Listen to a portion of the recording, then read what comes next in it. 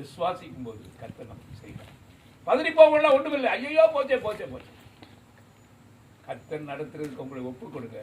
விசுவாசம் ஏன் நமக்குள்ள கிரியை செய்யலாம்? ஒப்பு கொடுக்கறது இல்லை, கீழ்ப்படியது இல்லை, அதனால நஷ்டப்படும். அதனால அது இல்லாதபடி கர்த்தர் நம்மை விசுவாசிக்க தூண்டி விசுவாசத்திலே நிலைநிறுத்தி அடிப்படையை உறுதிப்படுத்தி பலப்படுத்தி சிறப்படுத்துவாராக. கர்த்தர் நமக்கு உதவி செய்வார். கர்த்தர் தாமே யாவரையும் ஆசீர்வதிப்பாராக. தொடர்ந்து எனக்காக ஜெபிங்கள். உங்களுடைய ஜெபத்தின் பேரிலே நான் ஜீவனோடு இருக்கிறேன். ஜீவன் கொடுக்கிற மட்டும் அவருடைய ஊழியத்தை நான் செய்கிறேன். நீங்கள் தான் எனக்கு சொத்து, நீங்கள் தான் எனக்கு போதுமானவர். கர்த்தருக்குள்ளாக உங்களை நேசிக்கிறேன்.